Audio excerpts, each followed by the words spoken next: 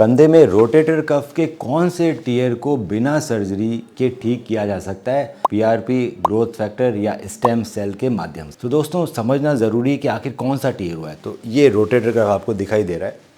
अब rotator cuff में हमारे पास 3 पार्ट्स रहते हैं, 3 सरफेस। आर्टिकुलर सरफेस जो हमारे जॉइंट के पास में, दिस इज़ बर्सल सरफेस जो बर्सा के इधर है, और बीच वाला है इंटरस्टिशियल।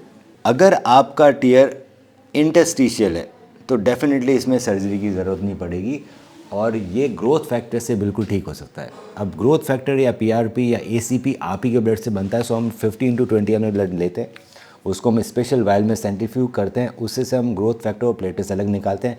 वो जब हम आपके कंधे में इंजेक्ट करते हैं तो ग्रोथ फैक्टर रिलीज़ होते हैं और आपके रोटेटर कफ को रिपेयर करते हैं। ये तभी काम करता है दोस्तों जब आप इसके साथ साथ रिहेबिलिटेशन मतलब एक्सरसाइजेज भी कर रहे हैं। अब एक्सरसाइजेज का मतलब है कि एक्सरसाइज आती है फेज़ में, early phase, mid phase, late phase, तीनों फेज़ कंप्लीट होने चाहिए, तभी कंप्लीट रिकवरी आएगी। अगर आप एक्सरसाइजेज बीच में छोड़ेंगे या फिर आप ऐसे फिजियोथेरेपिस्ट जो कि एक्सपर्ट नहीं है सारे फेजेस के अंदर, तो आपको कभी भी रिजल्ट अच्छा नहीं आएगा। दूसरा, अगर ये टियर है बर्सल सरफेस का, बर्सल सरफेस टियर के अंदर भी पीआरपी से संभव है ठीक होना। इसके अंदर भी पीआरपी लगता है, 3 बार लगता है, पहले दिन, 7वें दिन और 14 डे लगातार एक्सरसाइज चलती है और आप बिल्कुल ठीक हो जाते हो। अगर आपका टियर आर्टिकुलर सरफेस का है दोस्तों, तो पीआरपी से ठीक होना थोड़ा मुश्किल है क्योंकि आर्टिकुलर सरफेस टियर काफ़ी बढ़ते हैं। सो अगर आर्टिकुलर सरफेस का टियर है तो हमेशा आपको पास्ता ब्रिज रिपेयर कराना चाहिए, क्योंकि अगर आप नॉर्मल रिपेयर कराओगे तो वो पार्शियल टियर को कंप्लीट टियर में कन्वर्ट करके फिर रिपेयर किया जाएगा। वहीं पास्ता ब्रिज रिपेयर में आपका टियर वैसे के वैसे ही कंप्रेस हो जाएगा, उसको बढ़ाएगा नहीं सर्जन।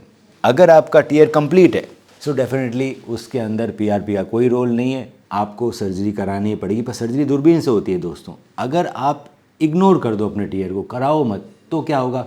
सो दोस्तों आप जैसे देख रहे हैं कि जो रोटेटर कफ है उसका अगर टियर हो गया, आप अपने हाथ को तो रोज़ उठा ही रहे हो ना, तो टियर धीरे धीरे बढ़ता रहेगा।